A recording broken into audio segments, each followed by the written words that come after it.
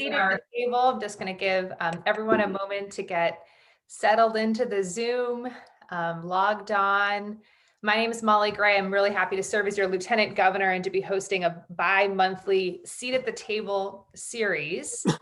And if this is the first time you're joining us, just to note that this event is recorded today. I'll also invite everyone joining us if you'd like to put your name and also your affiliation into the chat so we know who's here. This event is really about elevating the voices of Vermonters working in different areas, different communities across our state, and trying to bring more attention to some of the most critical issues facing Vermont. So with that, I'd like to again, welcome everyone. Today's conversation is truly focused on a just and sustainable food system, Vermont, and really exploring how we can work together to address climate change in the state and support our farmers and food producers.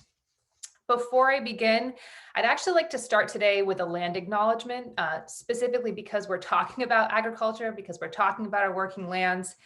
So I'd like to acknowledge that the Vermont State House, as well as so many of the farms across our state, sit on the unceded land, which has long served as a site of meeting and exchange among Indigenous peoples. The Abenaki are the traditional caretakers of these Vermont lands and waters. Today, we honor their connection to this region and recognize our collective responsibility to share in the bounty of this place and to protect it. So this week, as many may know, marks Earth Week. Earth Day is technically Thursday, April 22nd. And again, today's conversation is on just and equitable food systems in Vermont. Before I introduce our speakers, I'd like to frame today's conversation and ground it in some of the data that we now know coming out of this pandemic and some of the issues that have arisen over the last year. I think if we think back to a year ago, specifically March and April, there was a rush on grocery stores across Vermont. There was a rush on toilet paper. There was a rush on any non-perishable food items. And that really brought a lot of attention to Vermont's food systems and the need for local resilient food systems. According to the Vermont Food Bank and the Feeding America report, the number of food insecure people in Vermont increased by 46%. And even today, we still continue to see an unprecedented amount of food insecurity. We also know, as John Sales of the Vermont Food Bank recently wrote in a commentary in Vermont Digger, that there is a direct link between food security and economic security, and especially in a state that's seen unprecedented unemployment amongst women and BIPOC Vermonters. We also have increasing signs of climate change, and I know the farmers and anyone who's working our lands sees that every single day, and especially folks here. What we've seen, according to Vermont Digger and the reporting by Emma Cotton in a story this morning, is that March was the second driest month on over the last 21 years. So we're starting to see drier and more climate variant issues arising in our state, climate variability. And finally, we also know from the last year that we've seen more and more people moving to Vermont and buying land. 69% of the increase in sales of property or land over the last year was actually of raw land, meaning that our farms and forests are being broken up and sold for development. So with that, I think there are a lot of different issues that are intersecting: climate, access to land, just and sustainable food systems, and food security in Vermont that are all coming to a head in this moment. And so I'd like to begin by introducing our speakers and then turn the conversation over to them. Graham, who's the policy director from rural Vermont. Meredith Niles, who's the assistant professor at the College of Agricultural and Life Sciences at the University of Vermont. Grace Oedel is executive director of the Northeast Organic Farming Association of Vermont, NOFA Vermont. Taylor and Jake Mendell, owners of Footprint Farm, and also leaders of the Vermont chapter of the Young Farmers Coalition. So we'll begin with Meredith. Meredith comes to us from UVM and has been leading across the state in putting forward data and information on food insecurity and our food systems. So Meredith, let's begin with you. Let's talk about some of the data we have on food insecurity and food systems in Vermont. Welcome and thank you for being here. Great, thank you, Molly. Thank you so much for the opportunity. Nice to see everyone here. So I've been asked by the Lieutenant Governor to frame up our conversation with some data that we have collected over the past year since COVID-19. And I'm an assistant professor in nutrition and food sciences and the food systems program at the University of Vermont. And about a year ago, actually before, longer than a year ago, as COVID-19 was taking hold here in Vermont, my research team and I started to try to document the impact of COVID-19 on our food system and on food insecurity in particular. So we've done so far 3 different surveys of Vermonters since that time. We've also done a survey in collaboration with the Agency of Agriculture focused on farmers and food businesses. So I just wanted to share a couple of some of the key findings to contextualize this moment and this conversation more broadly. So first of all, across our surveys, what we have found is that about nearly 1 in 3 Vermont households, 30% of Vermonters, faced food insecurity at some point during the first 6 months of the COVID-19 pandemic. That number is considerably higher than anything we've seen in recent history, including food insecurity rates after the Great Recession of 2007-2008. Prior to COVID-19, for example, in Vermont, the food insecurity rate was roughly around 11%. So a significant increase with the data that we have. We also know from our data that there are certain populations who are more vulnerable to food insecurity, both before the pandemic and since. So we've found that households with children are more likely to be food insecure, which really highlights the importance of our school meals program, for example, here in Vermont and beyond. We also know from our work that about 40% of Vermonters faced some kind of job disruption during the first 6 months of COVID-19. So whether it was a furlough or a job loss, temporary loss of hours, these are really big numbers. And they're having, I think, long-term impacts. And so some of the things that we've seen as a result of that food insecurity really reverberate throughout our entire Vermont food system. So we're seeing, for example, changes in diet quality as people may have to shift towards cheaper, more processed kinds of foods, for example. At the same time, our farmer survey also told us that farmers and food businesses rapidly had to change and pivot during the COVID-19 pandemic. And I'm sure Taylor and Jake and Graham and Grace will have plenty to say about that. But our survey of farmers and food businesses done in September really showed major changes, most businesses having to make significant changes to shift their business, but also a lot of potential opportunities. And so I'll just highlight a few things from our research that I think could be exciting as we think about a more resilient food system for the future. And I certainly think that COVID-19 is a case study in resilience. And there's a lot we can learn from this past year as we think about climate resilience and justice moving forward. So for example, in our farmer survey, we do know that there were some businesses who actually increased their sales during COVID-19. All of them had one thing in common. They all had meat production in some way. And so I'm sure many of you tried to buy local meat at some point last year and couldn't get it. So we know that there are some kinds of products that were in high demand after COVID-19 and some people who wanted to prioritize those kinds of things. We also saw in our farmer survey a huge shift towards online sales and interest in online commerce. And all of the farmers who shifted towards an online platform during COVID-19 wanted to continue to do that in the future. And many of those who didn't really wanted to. So I think that provides a lot of opportunity for future development and future technical assistance for the farming and agriculture community. The other thing I'll bring up that came out in our consumer surveys was an increasing interest in self-reliance. So Vermonters are very well known for being self-reliant, but what we found was about 35% of Vermonters since COVID-19 engaged in home food procurement, gardening, hunting, fishing, foraging, some kind of preserving of food. And that really increased since COVID-19. So we saw a significant number of people doing those activities for the first time or doing them more intensely, wanting to be more engaged in the local food system. And I think there's a lot of opportunity there, especially since our work found that food insecure households were the ones most likely to be doing those activities for the first time or more intensely.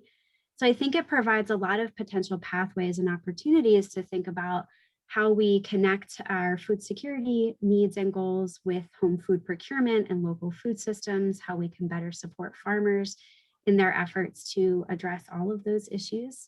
But I know we'll have plenty of more time for a conversation at the end, and I just wanted to give you a couple of highlights from our work over the past year to contextualize this broader conversation.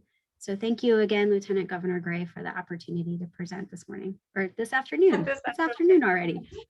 Thank you so much, Meredith. And I appreciate the positivity. I think, that we still haven't been able to capture all the lessons learned from this pandemic, but I think it was once said, you should never let a good crisis go to waste. And I don't say that with a lot of laughter, but I think it's important to recognize some of the lessons learned, and thanks for highlighting those. If individuals joining us today want to access any of your research, is there a place that's posted, or would you like to share it in the chat perhaps? Sure, I can share that in the chat. We actually catalyzed here in Vermont a larger research effort across the entire country, and we founded NFACT, the National Food Access and COVID Research Team. So we have 9 separate policy briefs and reports that we've written about Vermont. I'll put links to those in the chat. But collectively, we've put out more than 32 policy briefs across 18 states. So I'll put some links in the chat for folks if they're interested to see more of our research. Great, thank you. So building on some of the data that Meredith just shared, I'd next like to introduce Grace from NOFA Vermont and Graham from rural Vermont, 2 incredible member-based organizations working across the state to address sustainable food systems, to address equity in access to agriculture, and have been working tirelessly in the State House, the virtual State House, over the last several weeks. Grace, why don't we start with you? Tell us what NOFA Vermont does, and where are you seeing this important conversation going, this intersection between climate change, food insecurity, or food security, and just and sustainable food systems in Vermont? Thanks. Yes, and thank you so much. I just want to offer my gratitude for you creating the space for us to really come together and reflect on what we have learned over the last year. I think we're all so busy doing the work, and taking a moment to stop and think, what are we learning and how do we go from here is really helpful. I'm eager to hear from all of my colleagues today too.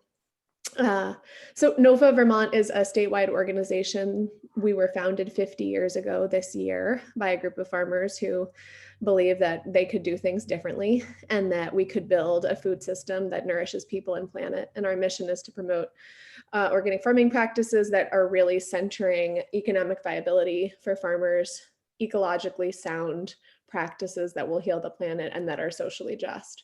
So we really see food and farming as the sweet spot where environmental and social justice meet and overlap. And if we can get food and farming right, we can really change the way a lot of things work in our economy, in our state, for our people, and for our planet. So I'm excited for us to be coming together to again think about this moment of disruption and shifting towards a more holistic, resilient, and just food and farming system.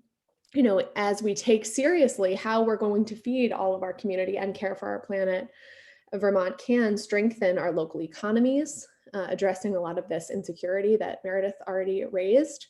We can support the working landscape that's the foundation of so much of our state's economy, our identity, and what makes people want to come here, and really ensure a thriving Vermont for the next generation, which is so much of what we're also struggling with. How do we keep our young people? How do we ensure that this wonderful place will be a vibrant place for people to continue to be? I'm glad that you mentioned on the front page of Digger this morning the story about Vermont experiencing record drought in March. And, you know, I'm sure Taylor and Jake are speaking soon. Any number of our producers have already been really experiencing, watching this, concerned about how dry it's been. Last year also broke drought records, which strained farmers enormously. One of the things that we do, you know, one of our programs is a farmer emergency fund, and we saw some need for that last year around just feed because of drought. And, you know, we're seeing more of it already early in the year this year, and we don't need to be alarmist. I think alarmism, particularly around topics so broad as climate change, can lead us to feeling hopeless. And honestly, we don't need to be hopeless, as we have all the strategies we need to deal with climate change. We just need to have the courage and the commitment to say out loud, we're going to do these strategies. You know, at the same time, climate change is here. It's intensifying year by year. It's already upon us. So we need to move, and we need to do it collectively. So I'm excited to have a conversation about how we can invest in strategies to support farmers in adapting, mitigating, perhaps even healing climate change. Sometimes mitigation doesn't feel like a good enough goal to me. We need to do better than just survive.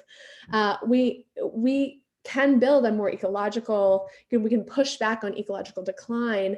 And this is really a common sense risk mitigation issue for our state, in my mind. You know, we need to be planful to expect more of what we're seeing. People and planet and our working lands and our food access are all at stake in this conversation. So we need to look at it head on.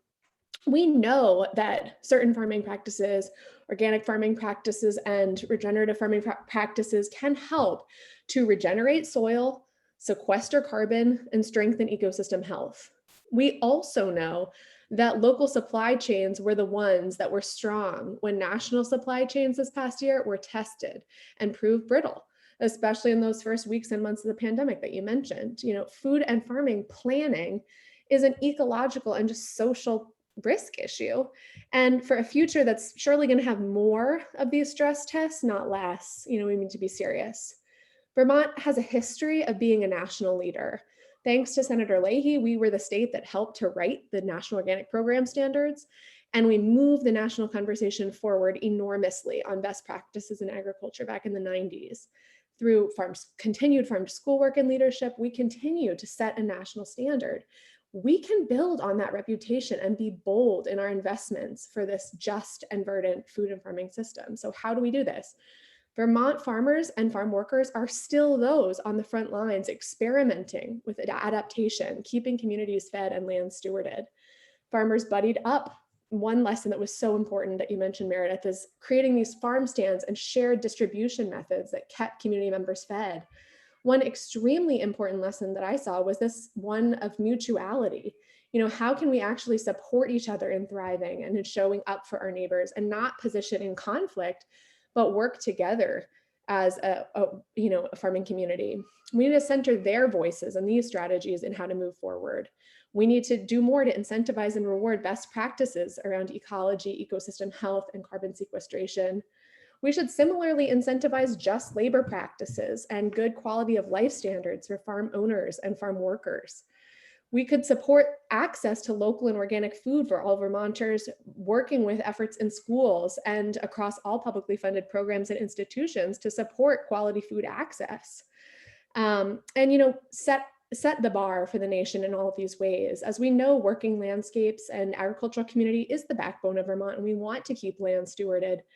And the final result of the pandemic I just wanted to touch on has also meant that land access is increasingly difficult for beginning farmers, and prices are rising enormously around the state. The lack of land access has been compounded and historically compounded for BIPOC Vermonters who have been systemically shut out of land ownership and across a variety of methods. And BIPOC Vermonters and farmers have been invisibilized or marginalized across the history of our state. So I think centering land access and supporting those farmers and farm workers most essential and marginalized to help build a working landscape that's more equitable and just also will help us to be positioned to really be a leader in what a just transition looks like. I am excited to hear from my colleagues, so I will stop talking there, but Thank you, Grace. Thank you. I'm just writing down note after note, and thanks for sharing so many different thoughts. I did want to just note on what you said about having all the strategies.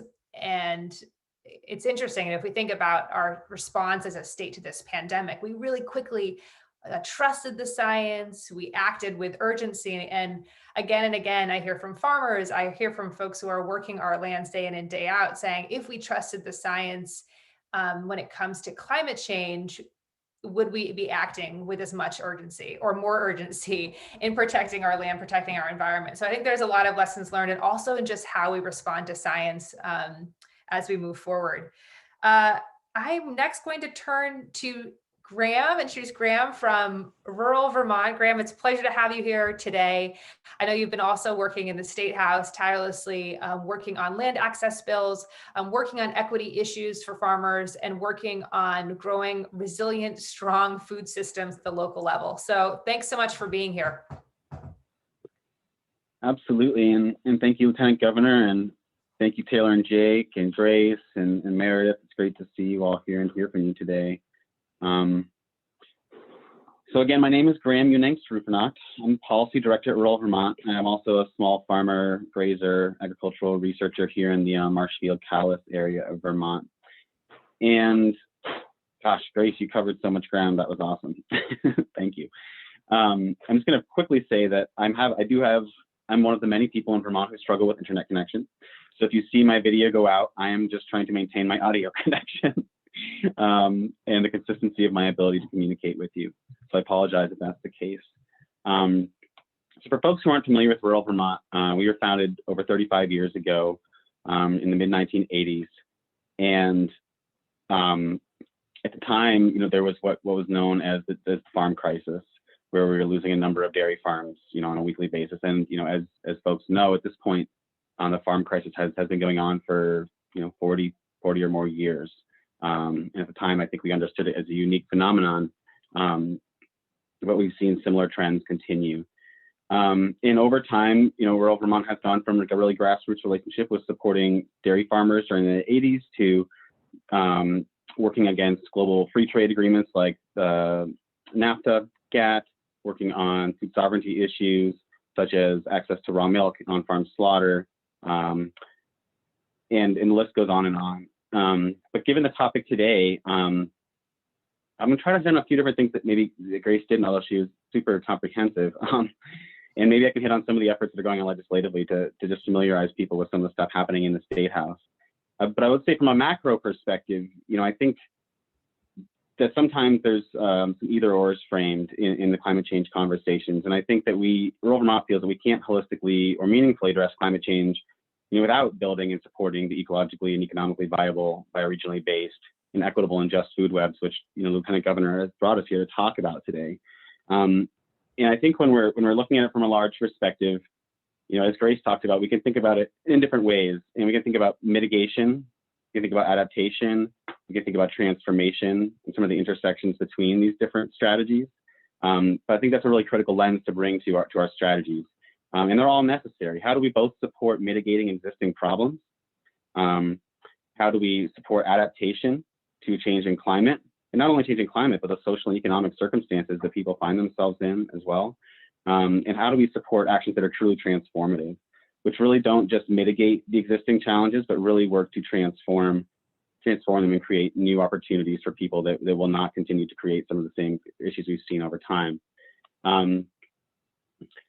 And I think that part of what's been critical for rural Vermont is understanding our positionality, both as Vermont, but also as a very small grassroots organization in this global conversation. So really being grounded in those global and international, national and regional relationships.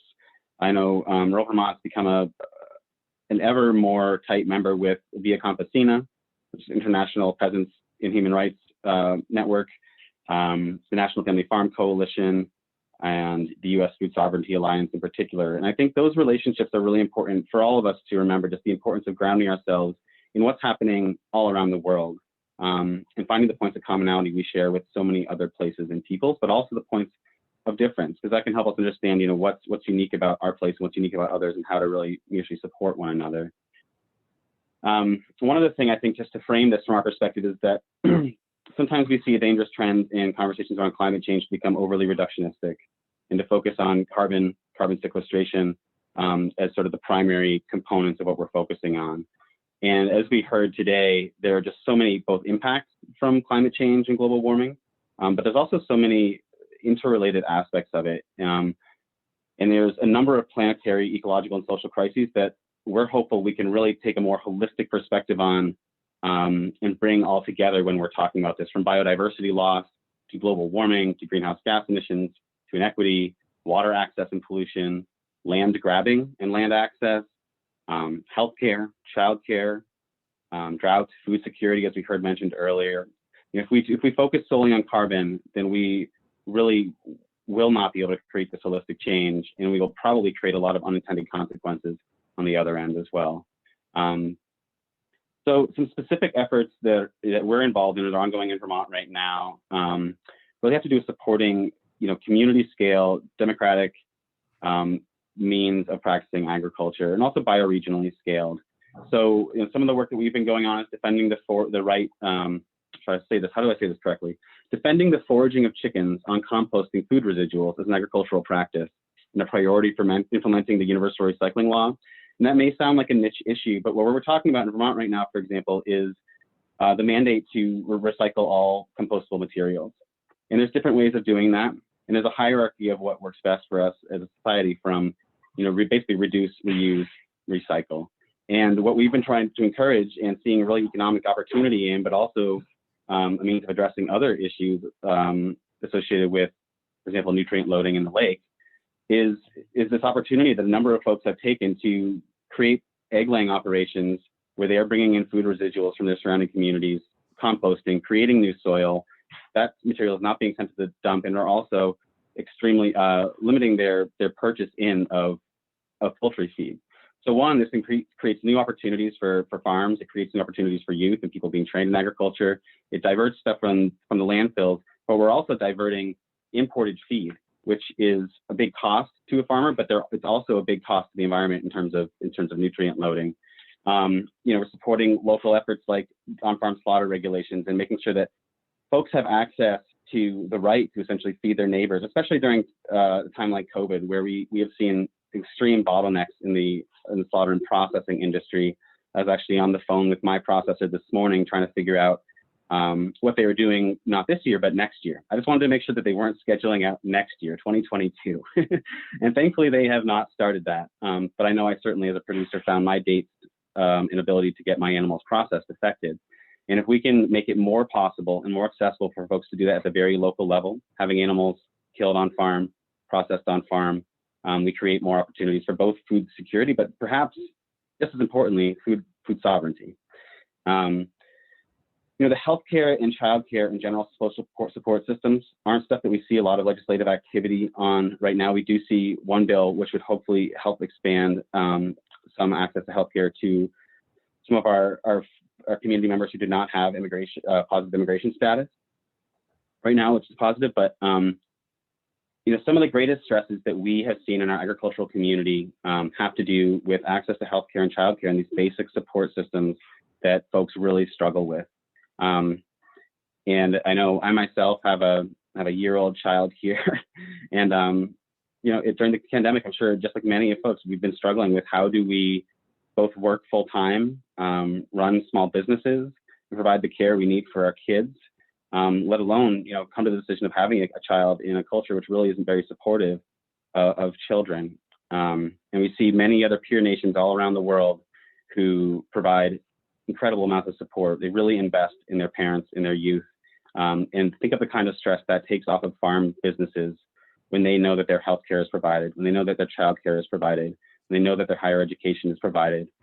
These are just basics in some countries, which I think would really dramatically affect both the outcomes from our farms ecologically, but also people's ability to access farms and to access farming.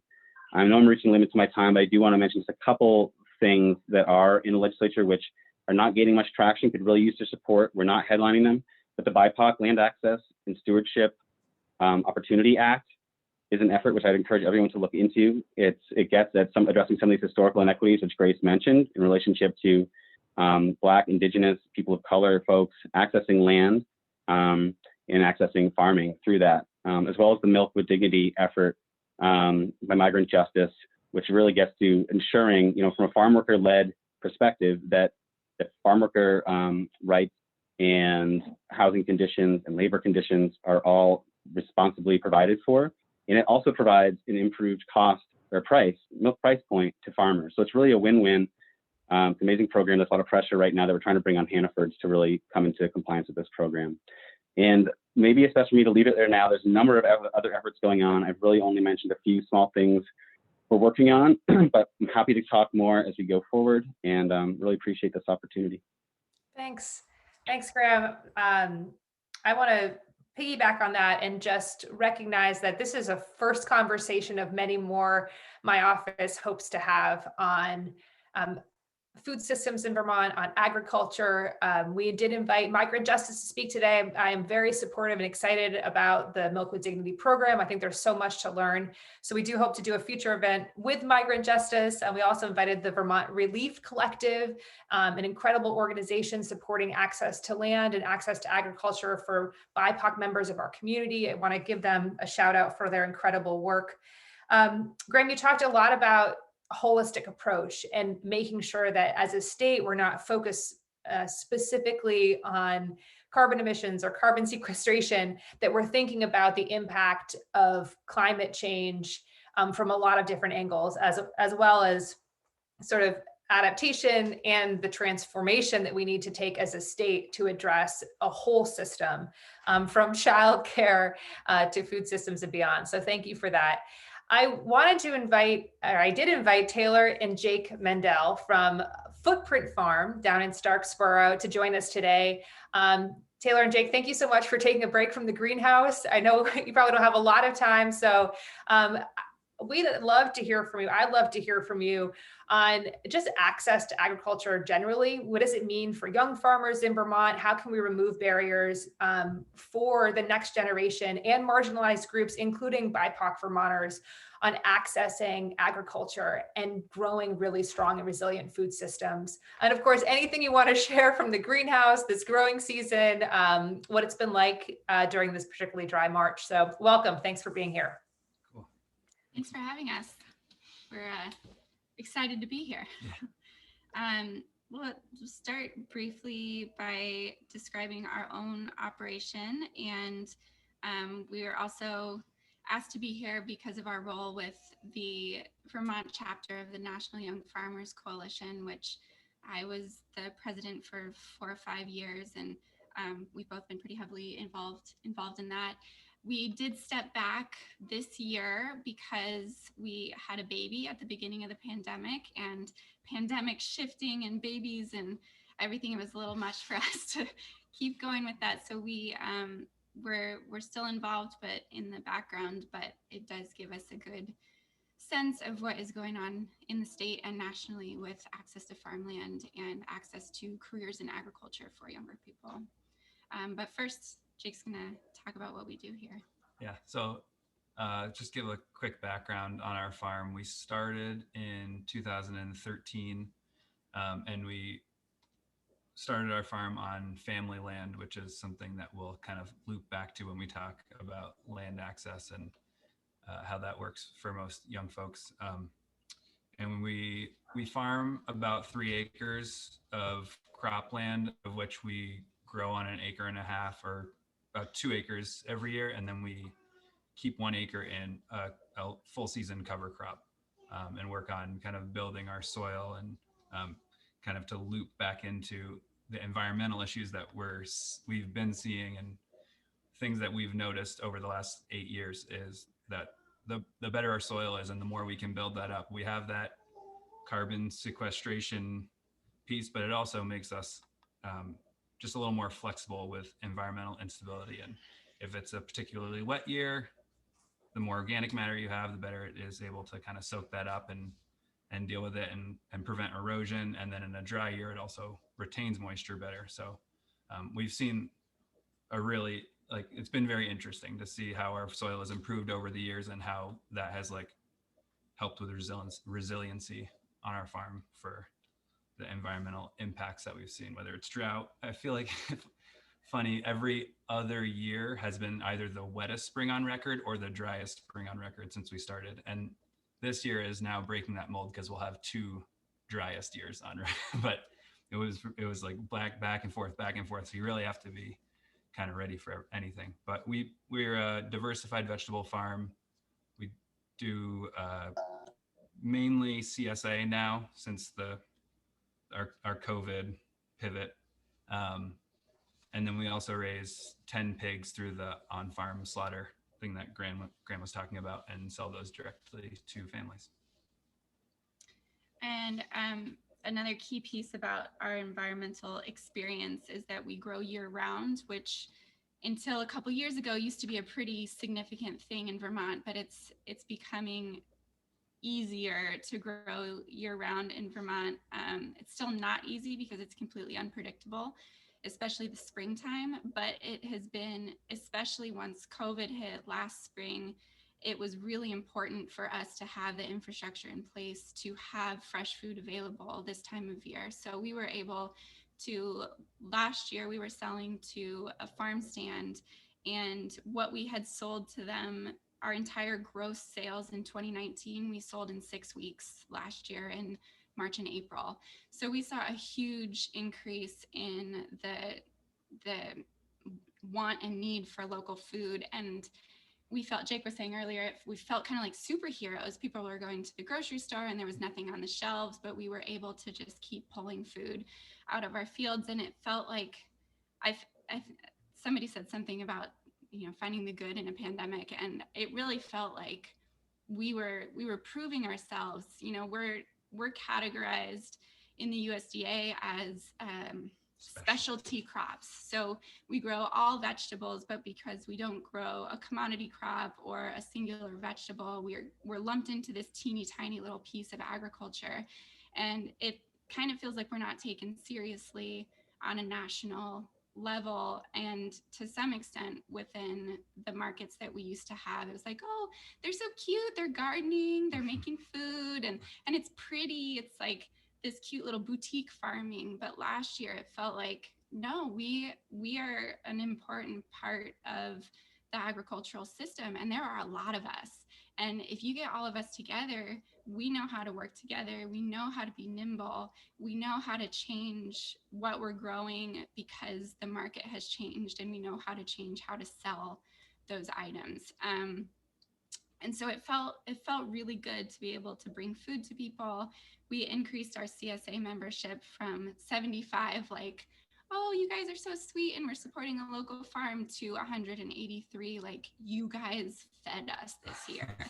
So it was really cool. And we started working with about 12 to 15 other local producers, both farms and sort of specialty food producers, so that we now offer, in addition to our CSA, a more full diet option through an online store. So people can add pretty much whatever they need on a week-to-week basis. And we're doing that from the first week of April until the week before Christmas. So we are part of this food system, and it really feels like more than ever we need to start reducing those barriers to get more farms like ours in the system.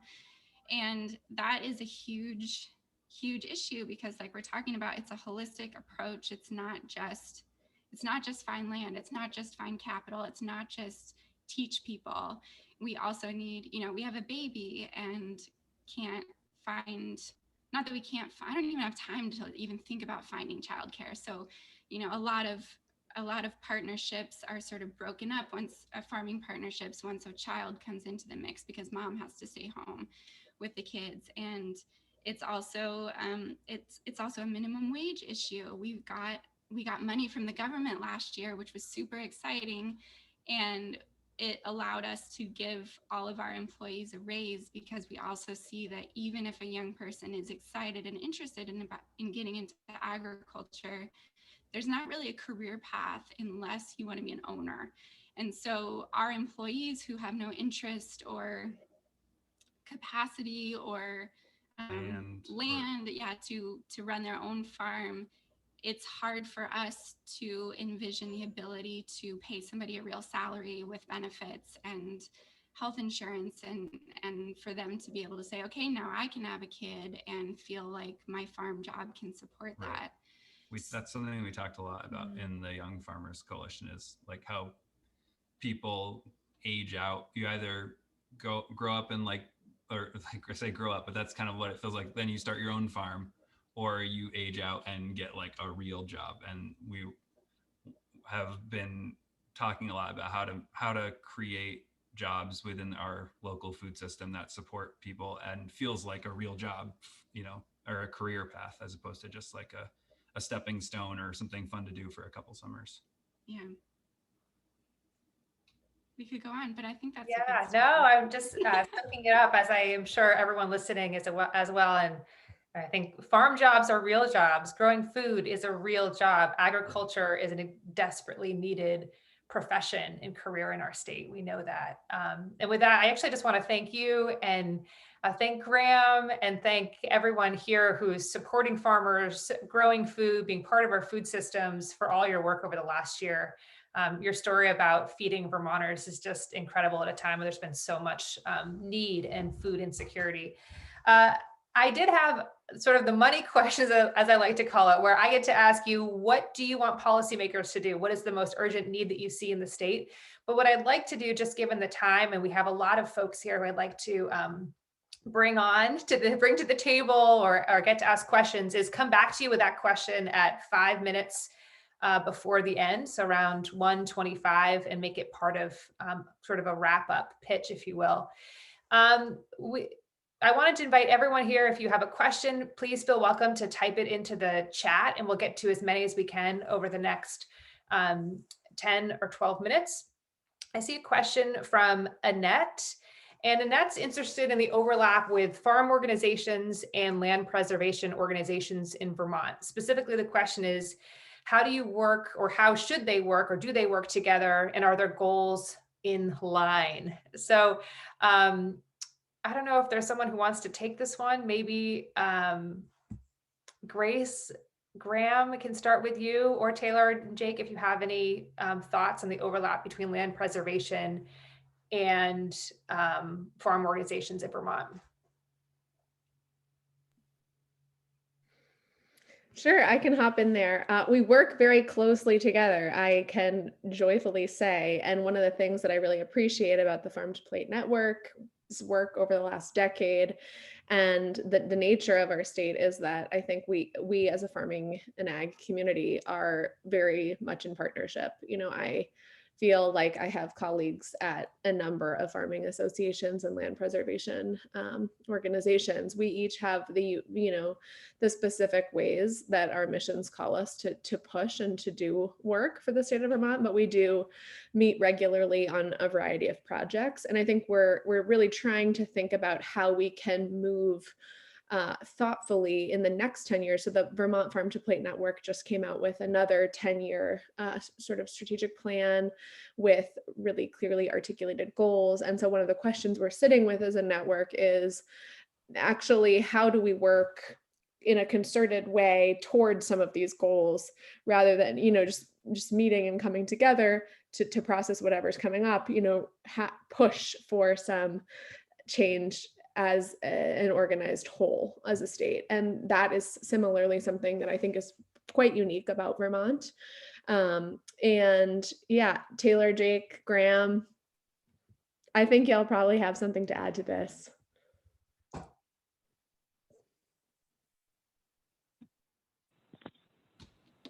I will just add from that, yes, the land preservation feels incredibly important. There's a big turnover happening with land right now in agriculture. And I mean that in that there are a lot of farms that are retiring, a lot of farmers who are retiring, and that land is coming up for grabs.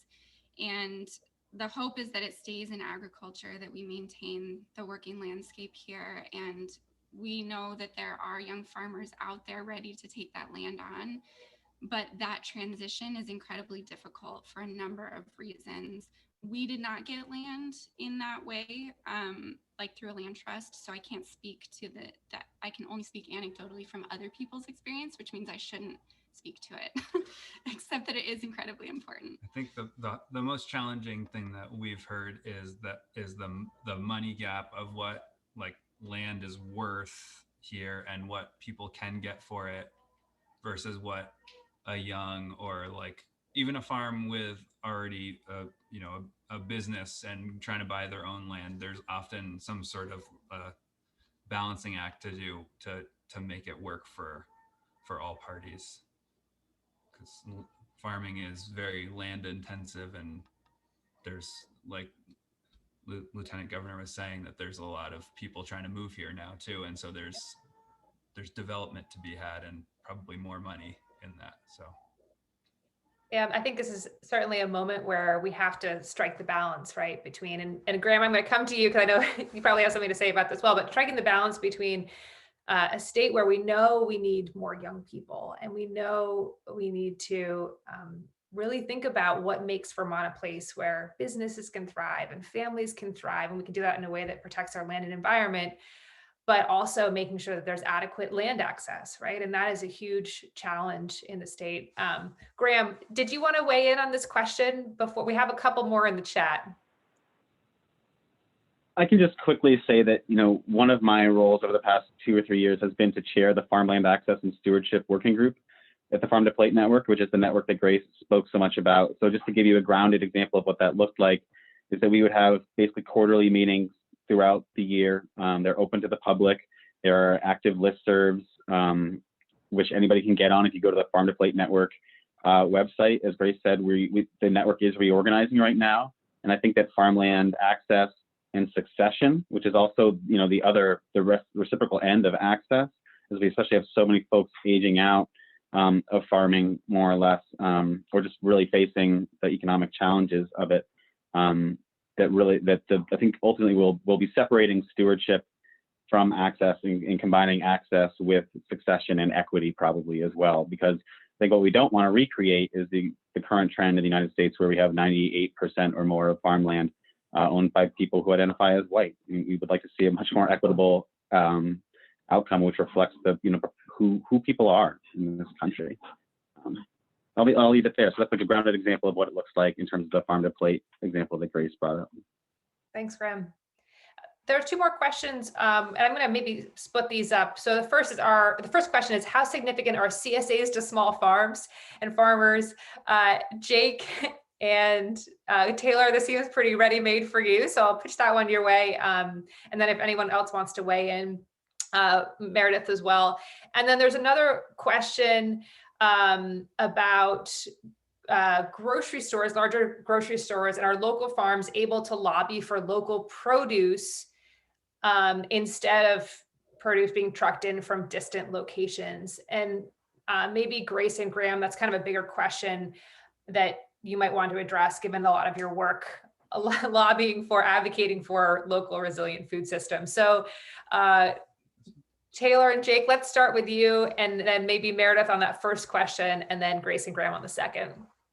Sure. So the beauty of farms is that there are as many ways to farm as there are farmers. And I would say that CSA is extremely important to the farms that have CSAs.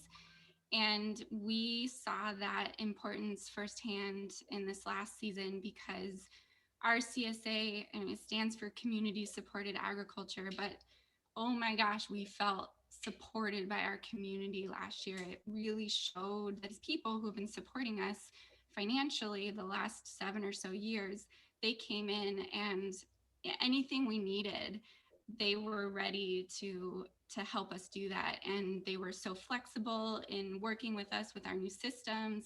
But it was also really cool for them to be able to tell us what they needed. So it became this really community driven food system, even within our own little CSA bubble, because we were able to give and take what we needed in order to all support each other. And then there's just the obvious financial piece where our CSAs almost sold out for the year. And that means that we've made our income for the season already early in the year. And so we have some financial stability to be able to make decisions early on without wondering how the season's going to go. If I may put you on the spot, sorry, and Yeah. do you think CSAs are sort of the future of agriculture post-pandemic? Are there any particular lessons learned? I mean, I think you've just spoken to that, but when supply chains are really broken down, CSAs seem to be a really great solution. Just, yeah. It's a funny. We're laughing. We're laughing because last year, before pre-pandy, as they say, we were told that CSAs were on the decline, and you've got to like basically, the way we grew our farm was like we started uber small and have steadily grown like every year. So our CSA was kind of like, it felt like it was plateauing around 75 members, and then all of a sudden it was like we can't produce enough food to, you know, sate the demand for CSAs. So I would say that it feels like a really good way and a secure way to like have food access and access to food in your area. But I hesitate to say that it's the future, because it feels like things change so rapidly that. Well, it requires a somewhat informed consumer base too, because we are very seasonal. You can't get bell peppers this time of year, so people have to be willing to cook, and we do a lot of cooking and food education for how to eat seasonally, but CSA just isn't built for everybody. But it could be if we change the way we ate. Yeah, maybe that's a really good transition to Meredith. Meredith, any reflections from your research on community supported agriculture, or the question that was? Absolutely. I mean, we certainly saw in our surveys just the outpouring that Taylor and Jake are describing, people being so grateful to have local producers, you know, when the grocery shelves were empty. And we've heard that from thousands of Vermonters. And, you know, what I think would be truly innovative on our farmer survey, we heard from so many farmers, they were interested in trying to better understand the SNAP system and how to support low-income Vermonters in accessing local food. And I know NOFA has some programs working on food access, you know, coupling with farmers and low-income Vermonters.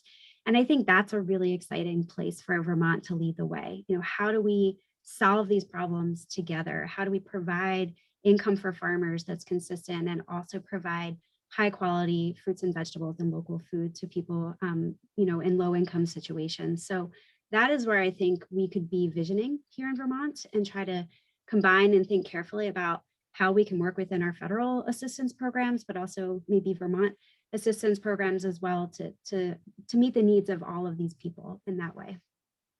Thank you. And Graham and Grace, perhaps on the second question, or anything you want to add on the first, and then I'm going to come back to everyone as a wrap up. Sure. Yeah, I love what Meredith was just saying. And we think, just to build on that a little bit, you know, we think a lot about what are the programs that are sort of bridges from where we are now to where we're trying to go, and food access programs that serve limited income Vermonters while also giving fair market value to farmers are such a win-win. So some of the programs that we run and partner organizations run, but our farm share program does exactly that. Or expanding crop cash, which is an EBT benefit program, to be able to be used at farm stands. You know, we need to push into what are the strategies we can really explore and build upon to make more equitable access to local and organic food, so that everyone has access to this food and our farmers are able to continue producing it. And that's where I think some public investment could be really helpful. But thanks for mentioning that, Meredith. Graham, give to you.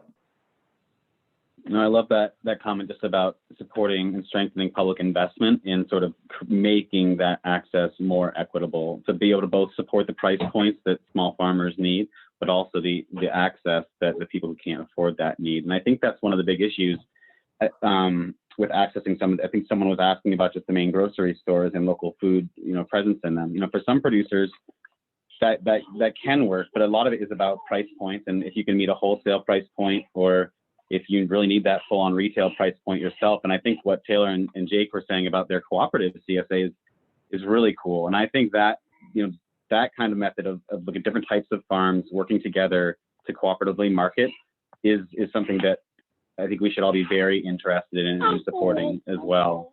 And I'm sorry, you hear my little one here cooing in the background. She's trying to crawl over to me.